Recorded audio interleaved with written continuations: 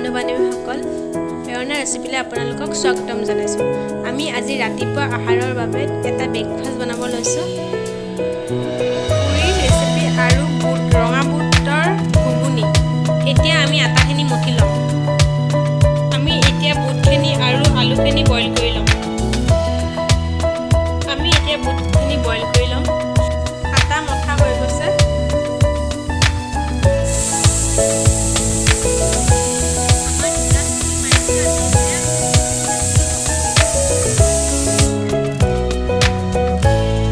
আমাৰ ৰুটিকেইখন বেলা হৈছে।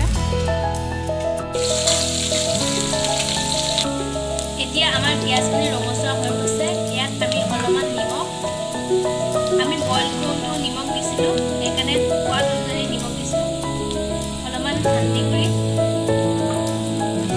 অলপমান মিট মছলা আৰু অলপমান জলকীয়া গুড়ি, অলপমান জিৰা গুড়ি আৰু অলপমান গৰম মছলা গুড়ি দিছোঁ।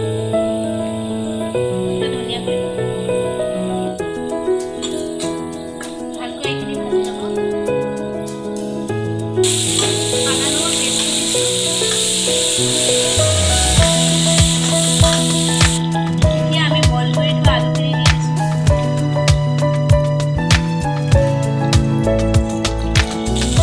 আলুটো অলপমান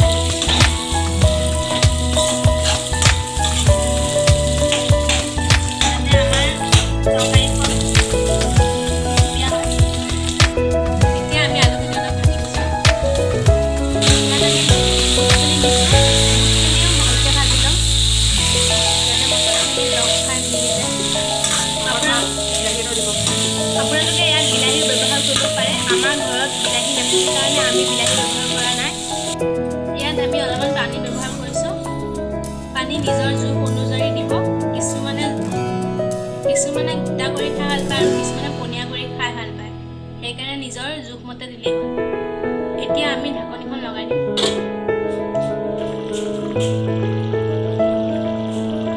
আমাৰ তৰকাৰী হৈ গ'ল। আমি এইখিনি নমাই দিব পাৰিম। আমি এতিয়া পুৰিৰ বাবে কেৰাহীত তেল দিলোঁ। আমাৰ কেৰাহী গৰম হৈছে। আমি ইয়াত